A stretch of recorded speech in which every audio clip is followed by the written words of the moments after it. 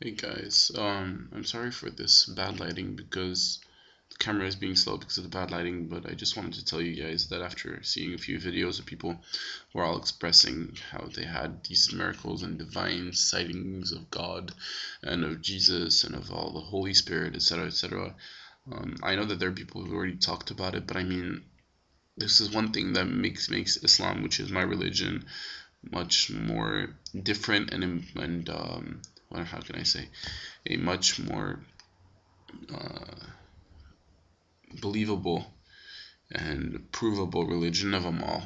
I mean, I do believe in Christianity, I do believe in Judaism, and I do believe in Abraham, Jesus, Moses, and all the prophets that came before and before our Prophet Muhammad sallallahu alaihi wasallam. But I mean, there is one thing that is really important to know is that when you talk about religion, I mean, the religion in the other meaning Judaism and Christianity is mainly about faith. They're talking about how they had these sightings, etc. I mean, these sightings are personal experiences. They only them, experience this, live through it. And even when they say they live it, some people say that it was during their dream. Well, a dream is a figment of a person's imagination. I mean, you can actually be thinking of something or living through something, and that might be taking place in a sort of way, an exaggerated way in your dream, or it might just be that since you were thinking about it a lot, and since a dream is, in a certain extent, something that you might be subconsciously is controlled due to your subconsciousness. But I mean, this makes that if you believed really hard that you saw Jesus, I mean, everybody that says that they saw Jesus and that Jesus is portrayed to them exactly how they see it on the cross refers to them imagining it the way that they see Jesus, meaning that's not definitely how Jesus was. I mean, in our religion, Jesus is still alive right now, and he is, upon creation, had half of the entire beauty which the entire universe owned, because God just divided the entire beauty which He created, half of it all into Jesus, which made him an exceptional prophet. I mean, we all love him, and I love him personally, and I do accept him as a prophet. But I mean, the people who say that we have an image of Jesus, yeah, you might have an image of Jesus, but to a certain extent, how can you confirm that it is that unless it's an image that you think of?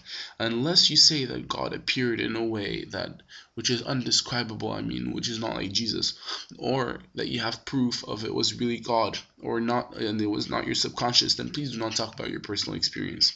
As for proofs and facts, I mean, the Quran is the only religion which is not based purely upon faith. It is the only religion which has science to support all of its decisions. If you open, every single religion came along with its miracles. Judaism came along with the miracles of having Sayyidina Musa, or the Prophet Moses, with his wooden baton, which he was able to convert into a snake to fight against the pharaohs, magicians. By the way, I'm Egyptian. I ain't proud of the guy, of the pharaoh. He was able to turn the color the Nile, the waters of the Nile into blood.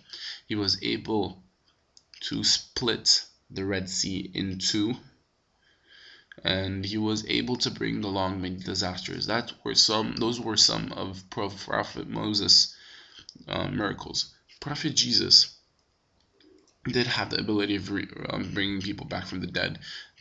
Was able to talk at a really young age, that once upon birth, which was something unimaginable.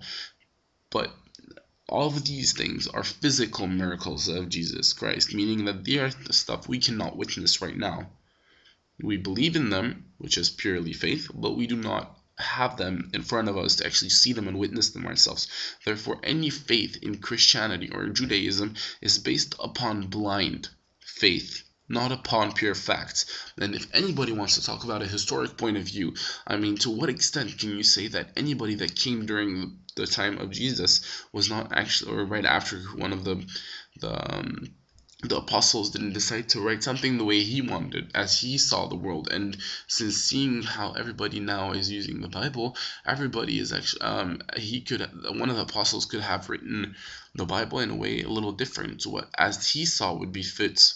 I mean, we're all human, right? We all have different opinions, and even the apostles. I mean, seriously, if you look at the amount of Bibles that they exist now, the versions are completely astounding how many versions exist. While in the Quran there is one version. It's in the Arabic language, and there's nothing other than one.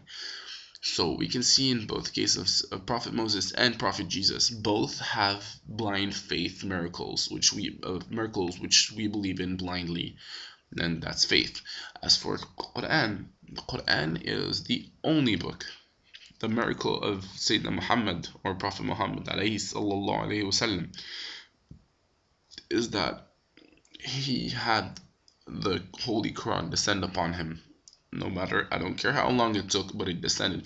And the thing that is really fascinating, as you might have seen in many YouTube videos, is that the Prophet Muhammad sallallahu alaihi wasallam is the only one who has a book, which is his miracle, as it does inform of scientific discoveries from the ones of Jacques Cousteau, meaning the Mediterranean and the Atlantic coming together without the two waters mixing, meaning each one has different temperatures, salt levels, and different variety of species of fish existing in it.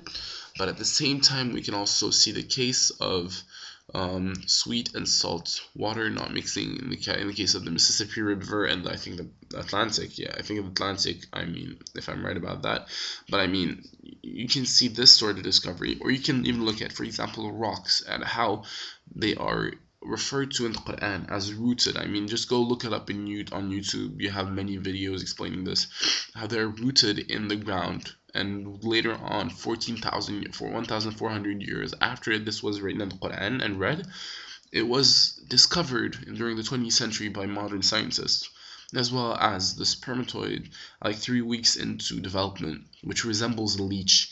And this is also, and the entire process of embryology and the development of an embryo inside a woman until the skin is all created and the birth is taking place. It is all explained in the Quran, as well as the development, the contraction of the universe in modern physics. And if you even want to know, there are some one ayah in the Quran. I mean, you can all look this up in the internet, which would give an exact value of the speed of light, more exact than that was determined by Einstein or anybody that you want to talk about in the modern day physics. As a result, this is quite fascinating how all these facts are proven at a period where there was barely anything except for swords, and technology barely existed, as people were in a, I'd say, chaotic states compared to right now in the world. In terms of technology, nothing of technology existed for a man of that sort to actually be able to develop such abilities to discover this stuff, as well as the fact that he was an illiterate man. I mean, all of this just points towards that he was not able to do this on his own. Therefore, I mean, he was not able to write this or create it, and he was one of the least educated people when this all came upon us. Therefore, it means it has to be from a divine intervention, informed from a divine being. As a result, this supports that Islam, especially with the fact that it's the only one with one version in it, and it's the only one which, if you ask any Jew, he will admit that Prophet Muhammad sallallahu alaihi wasallam is a prophet, and that this is not talking about those who are ignorant and that refuse to admit it. I mean, I'm talking about those that admit it, but they will not actually want to convert because they say they are Jews, and Jews do not convert from the religion, even though half of the Jews in Medina converted when Sayyidina Muhammad sallallahu alaihi wasallam came along. And it is the only religion which has one book, unlike all the books versions of the Bible, and is the only book which has scientific proof to support it, unlike all the other religions. As a result, if you're talking about these divine seeings that you have, I think they're really irrelevant compared to the scientific proofs that the Quran actually provides